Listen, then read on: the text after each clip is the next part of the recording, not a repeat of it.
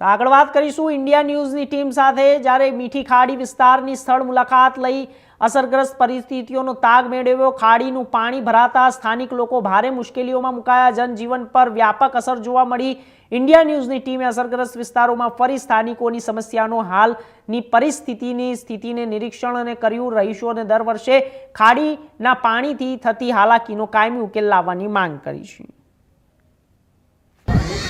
હાલ જે રીતે ઉપરવાસમાં વરસાદ વધી રહ્યો છે તેને લઈને જ્યારે ખાડી પૂરની પરિસ્થિતિ જોવા મળી રહી છે ત્યારે આપણે આ મીઠી ખાડીમાં છે મીઠી ખાડીમાં જ્યારે જુદા નેતા જે પાણી ભરાઈ ગયા છે ત્યારે લોકો પ્રભાવિત થયા છે। ત્યારે આપણે લોકોને નદીમાં હોય કે પેલા પાણી હોય અહીંયા બેઠા જોવા મળી રહ્યા છે। ત્યારે આ પાણી છે જે ખાડી પૂરના લઈને જે આ પાણી આ મીઠી ખાડી વિસ્તારમાં પડી રહ્યું છે। જ્યારે આપણે ફાયર ઓફિસર ઓફિસરને આપણે પૂછવા માંગીશ, સર કઈ રીતની પરિસ્થિતિ છે અને કઈ રીતે લોકોને રેસ્ક્યુ કરવામાં આવ્યો છે?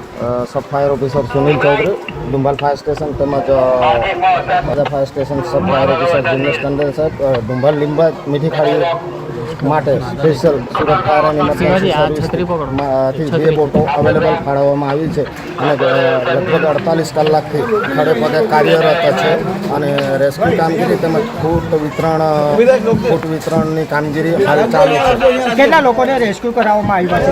લગભગ 48 કલાકની અંદર 200 થી 500 જણાનું રેસ્ક્યુ કર્યું છે અને જ્યારે પાણી ઓછા થાય ત્યારે એસએમસી દ્વારા જાણ કરવામાં આવેલી અને મસ્જિદોમાં એલાઉન્સ કરવામાં આવેલું કે નીચાણવાળા વિસ્તારોમાં જે વ્યક્તિઓ જે નીચે રહી છે એ લોકો એસએમસીની સ્કૂલમાં જમવાની રહેવાની સગવડ છે તો સેફ જગ્યા પર સ્કૂલમાં ચાલ્યા જાય તો ત્યાં લગભગ 1000-1500 માણસોને સ્થળાંતર કરેલું છે।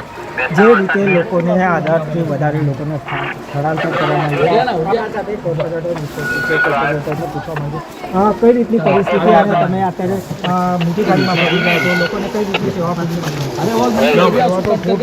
દ્વારા પણ બધાને આપવામાં આવે છે।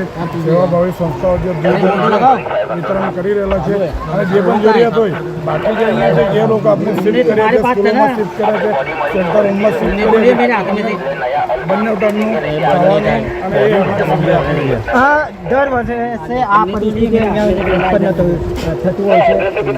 આવનારા દિવસોમાં કઈ રીતના નિરાકરણ આવશે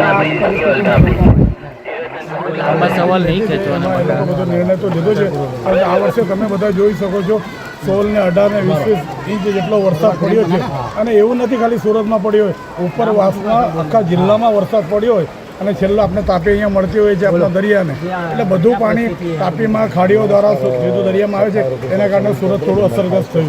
હા, જે રીતે લોકો અસરગ્રસ્ત થયા છે એ લોકોને સ્થળાંતર કરવામાં આવ્યું છે ત્યારે લોકોને આ પહેલાં મારે મકાન રહી ગયા